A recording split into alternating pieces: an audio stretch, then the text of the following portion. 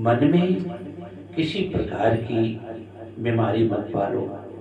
इस संसार तो बीमारी का घर है ही, ये संसार तो वासनाओं का घर ही है।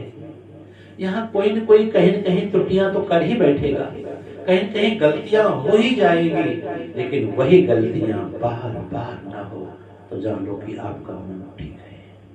अगर गलतियां बार बार हो रही है, इसका मतलब मन आपका दूषित है, और दूषित मन का परिणाम बहुत खराब होगा। मन के हारे हार है, मन के जीते जीत। जिसका मन हारा वो सर्वस्व हार गया, जिसका मन जीता। दो पहलवान लड़ते हैं अखाड़े में, उनका वजन बराबर होता है, उनकी उम्र बराबर होती है, लेकिन तब एक पहलवान हार जाता है, एक पहलवान जीत जाता है। कारण क्या है? एक पहलवान का मन हार गया, इसलिए वो हार गया।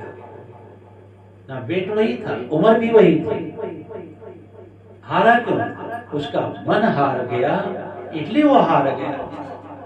यहाँ पर भी हाल है, जिसका मन हार गया वो संसार में हारा हुआ व्यक्ति है। और हारे वाले व्यक्ति के पास विपत्ति, बीमारी, बिछोह और विषमताएं जैसी बीमारियां, रोग हमेशा उसको व्याधि की तरह हमेशा आशा पीड़ा देते रहेंगे।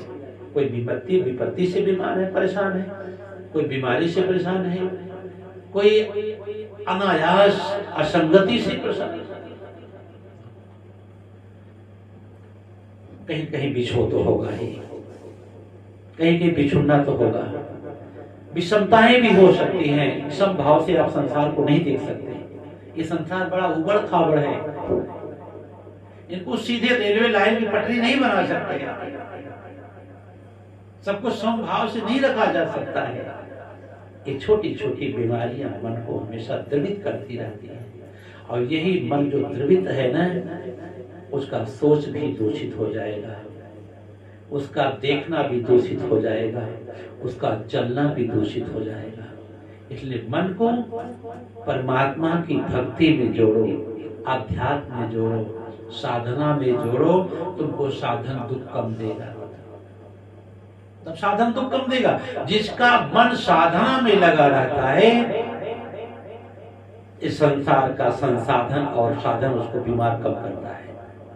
और जिसका मन साधना में नहीं लगा है, साधन में लगा हुआ है, ये साधन उस व्यक्ति को हमेशा बीमार रखेगा, हमेशा बीमार रखेगा।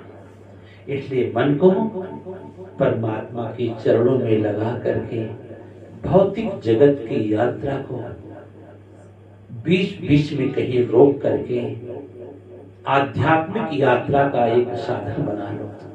और आध्यात्मिक यात्रा का जो साधना बना, वो आपको परिपक्व कर देगा।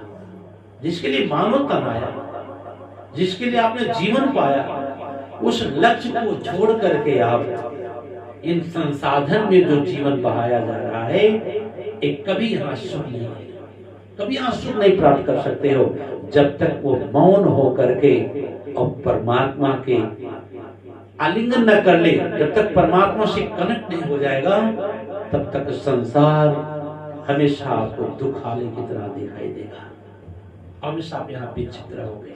आज यही तक। बोलिए सद्गुरुदेव भगवान की, आनंद कंद भगवान की, भक्त भगवान